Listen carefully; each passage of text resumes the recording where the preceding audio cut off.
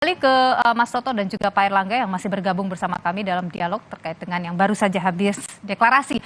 Saya ingin ke Mas Toto dulu. Mas Toto, kalau kita lihat Ya, ini, masih bersama kami ya Mas Toto ya? Oke. masih. Kalau kita lihat ini kan, PKB ini adalah koalisi Indonesia Maju ya kemarin ya. Artinya tergabung dengan pemerintahan yang sekarang. Ketika ia bergabung dengan Anies Baswedan maju di kontestasi Pilpres ini, artinya eh, bahwa semua program-program Pak Jokowi akan dilanjutkan begitu. Artinya tidak akan berlawanan seperti misalnya sebelumnya.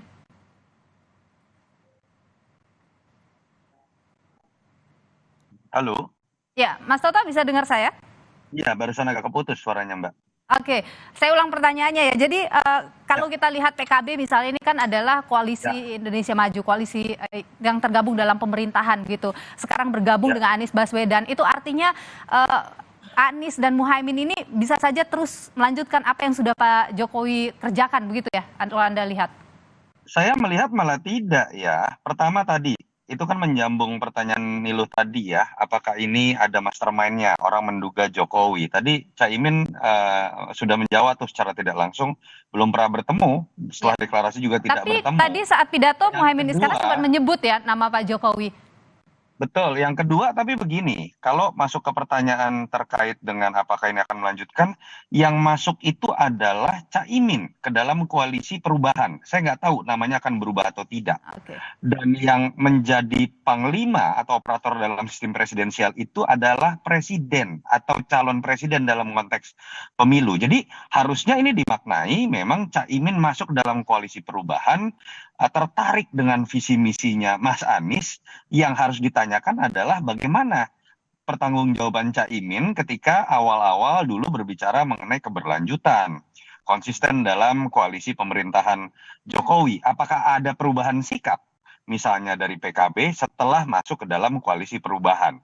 Tapi juga akan ada tantangan buat Mas Anies ya, ketika menampung koalisi bagian dari koalisi pemerintahan Jokowi, akan ada pertanyaan dari para pemilihnya, pendukungnya yang memang betul-betul memposisikan diri Mas Anies ini kan oposan tanda kutip ya. Oke. Apakah kemudian akan menunjukkan Mas Anies lebih melunak dan apakah itu disengaja atau tidak menjadi bagian misalnya dari kesadaran dari tim perubahan bahwa kepuasan publik terhadap Jokowi masih tinggi, itu yang menurut saya menjadi menarik untuk kita lihat. Tetapi kan tadi dari wawancara itu pun terlihat ya sebetulnya ini memang koalisi yang tanda kutip ya terlalu sangat cepat lah untuk terbentuk dan saya meyakini belum ada pembicaraan visi misi kesamaan program apalagi platform. Ini hanya didasari pada kepentingan elektoral di level elit yang memang harus ada PR ke depan untuk dikonsolidasikan dalam level nilai-nilai kesamaan sikap dari mereka.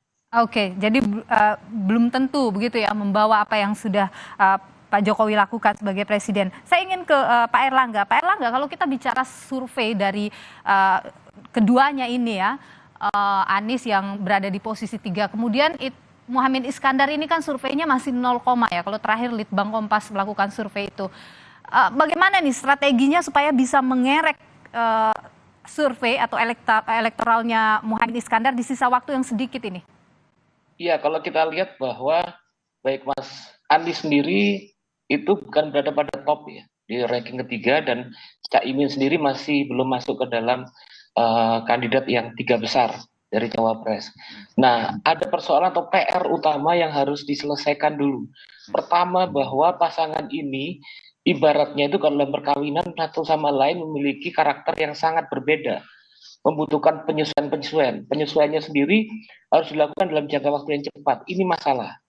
Dan kedua, dan di mana hal itu sangat berpengaruh terhadap konstituen-konstituen dari masing-masing pihak. Bisa jadi kalau tidak bisa diselesaikan persoalan penyesuaian itu, justru pendukung-pendukung utama dari baik Mas Anies ataupun Caimin bisa jadi bergeser pindah ke pasangan yang lain. Gitu. Itu jadi persoalan. Dan kedua, kita juga lihat bahwa NU ini memiliki banyak figur dengan faksi-faksi politik yang berbeda-beda.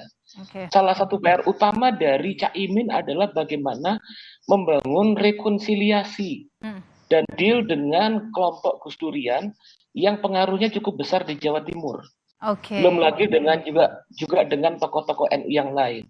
Oke. Sehingga PKB itu sebetulnya partai yang secara institusional kuat besar, tapi kemudian figur Caimin sebagai ketuanya belum tentu menjadi figur yang memiliki elektoral yang besar. Baik. Banyak sekali PR bagi pasangan Anies dan Muhaimin ini untuk sampai pada Pilpres 2024. Baik. Ya. Tentu ini jadi challenge buat Nasdem dan PKB ya, bagaimana kemudian bisa memenangkan kontestasi Pilpres 2024. Terima kasih Pak Airlangga Pribadi, pengamat politik dari Universitas Airlangga, dan juga Bung Toto Yunarto Wijaya, Direktur Eksekutif dari Carta Politika. Sehat selalu Bapak-Bapak. Terima kasih Nilo, makasih Mas Airlangga. Saudara, kami akan kembali dengan sejumlah informasi penting dan juga ada diskusi di Kompas Petang yang akan disampaikan oleh rekan saya Tifal Solesa. Tifal, silakan. Ya, Nilo, usai jeda kami hantarkan informasi lainnya. Salah satunya Ketua Umum Partai Amanat Nasional Zulkifli Hasan menyebut Ketua Umum PKB Muhaimin Iskandar tidak kasih kode saat pindah dukungan dengan menjadi bakal calon wakil presiden Anies Baswedan.